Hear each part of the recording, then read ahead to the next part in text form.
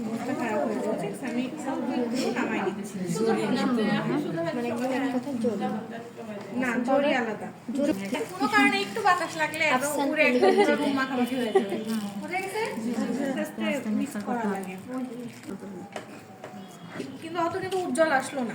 আসলো না, একদম কি ম্যারে ম্যারে টাইপের একটা হলো না, হচ্ছে ঘুমাচ্ছে সে। এটা এনকে লেখা আছে, না এই যে পাতলা করা যাবে, ঠিক আছে। আমরা যতটুকু আমাদের পাতলার দরকার ততটুকু আমরা কাজের প্রয়োজন অনুযায়ী পাতলা করে নেব। কিন্তু কথা হচ্ছে যে আমরা বাইন্ডার দিব না। বাইন্ডার দিলে আপসান কিন্তু কালো হয়ে যায়,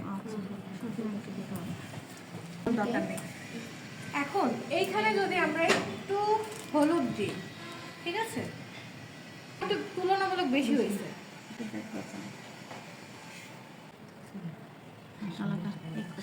দেখেন এখন একদম কি একদম সোনালি আসছে না? এখন কি চকচক করতেছে? হ্যাঁ, যে যেরকম চায় সে সেরকম নিজেরা তৈরি করে নিতে পারবেন আপনারা। এই যে দেখেন এটা একটু কি লালচে লালচে যে গোল্ডেন সেটা চলে আসলো। আমি যদি মনে করি যে লাল রঙের গোল্ডেন চাই, তাহলে কি তৈরি করতে পারবো না?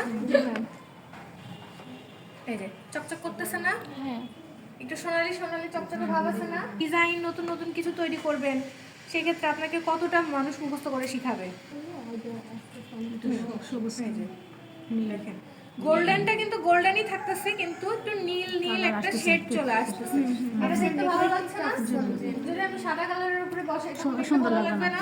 চকচকও করবে, আবার কি সুন্দর একটা গোল্ডেন গোল্ডেন একটা ভাব থাকবে। যখন আমার জামাটা নড়বে তখন একটা চকচকে একটা ভাব আসবে।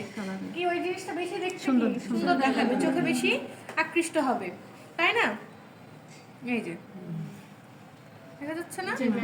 এইটা যত কালারের কম বেশি হবে তত কি এটা সৌন্দর্যটা আরো বাড়বে। আমার যেরকম ম্যাচিং দরকার আমি সেরকমই কি ম্যাচিং নিতে পারবো।